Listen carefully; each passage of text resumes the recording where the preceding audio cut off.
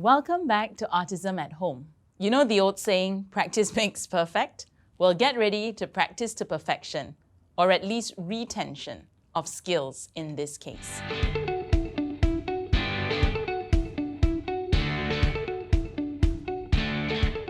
Now, in the first lesson on teaching a child with autism, we learned about the core basis of ABA, that consequences have an effect on behavior.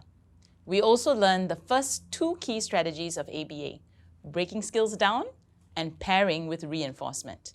Now we tie it all together with the third principle, practice, practice, practice.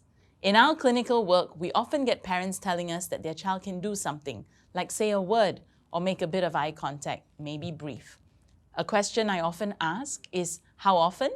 Or more specifically, does your child do this a few times, sometimes, most of the time, or all the time? The reason for this is we often see children on the spectrum having sporadic skills. This means you see it once or twice and then you don't see it at all. We actually call this an emerging skill. It's there, it's growing, but it's certainly not strong or consistent enough. Our job is to turn that emerging skill into an established skill. Think of it like a little plant, a shoot. When a tree is still growing, it's emerging. It's young, it's unstable, and it requires a lot of care for it to grow. But when the tree is grown into a full-grown tree, it's firm, strong, and can withstand even the strongest winds as its roots has gone deep into the soil. An emerging skill is a skill that is practiced and practiced and practiced until it's become an established skill that can persevere no matter where the environment the child performs the skill in. For example, a child who uses hand pulling most of the time, but is actually able to say 1 or 2 words a day. Speaking is actually the emerging skill in this case, while hand pulling is the established skill.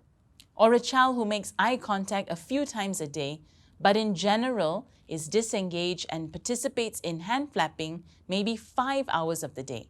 Eye contact is the emerging skill, while hand flapping is the established skill. This is why the third principle of ABA is practice, practice, practice. In both the examples above, it's really important to note that whatever the child is practicing most of the time, that is what is actually strengthening that skill. So let's break it down. How much practice are we really talking about here? Let's assume your child sleeps about 12 hours a day, which leaves you with another 12 more hours of awake time. An important question to ask is, what is your child doing during those 12 hours they're awake? Are they playing appropriately with others? Are they spending that time watching TV or being by themselves? Or is your child spending the majority of those 12 hours engaging in self-stimulatory behavior like jumping, hand flapping, or tiptoe walking? Whatever your child is doing for the majority of their awake time, likely chances is that's their established and mastered skill, or their solid, stable, deep-rooted tree, difficult to change, especially as they keep practicing that skill. This is why good quality ABA programs are so intensive, ranging between 30 to 35 hours a week, in order to not just teach new behaviors, but to actually strengthen them into established behaviors. Now imagine if your child is practicing speaking, attending, focusing 35 hours a week. Compare that to another child who practices this only 2 hours a week. Which child is going to learn faster? This is why 1 to 2 hours of any sort of a therapy a week, whether it's ABA, speech therapy, OT, no matter how good the therapist is, 2 hours is not enough to fight against the tide of the remainder 82, 83 hours a week, where your child is practicing behaviors you don't want to increase. It's important that we remember that ABA is not just for autism. Imagine if you were to train to become a national athlete. Think about the amount of hours you'd be training every single week. And the long-term reinforcement would be hopefully that gold medal you're working for. I should also point out that even though we emphasize practice, practice, practice, 35 hours of ABA therapy a week is not meant to be a repetition boot camp. A good ABA program should be balanced between learning and playtime, with focus on the child having fun throughout the session. We need to also remember that typical children are engaged and learning from their environment every moment of every single day. Okay, now it's your turn. First, do a repetition audit. Get a number on how many hours a day your child spends awake.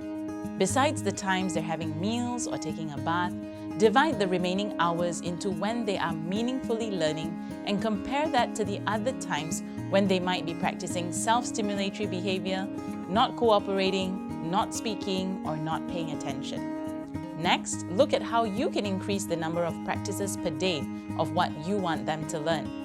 For example, if your child can say a few words here and there, set a target for yourself on how many words you want them to speak per hour. Break the skill down by starting at something like 10 times an hour before increasing to 15 times or 20 times. 20 times an hour is way better than 5 times of practice in a whole day. This brings us to the end of our unit on key strategies for teaching a child with autism. Let's do a final recap. Firstly, remember the core basis of ABA, which is operant conditioning, as well as the 3 key strategies of ABA: break skills down, pair with reinforcement, and provide sufficient practice.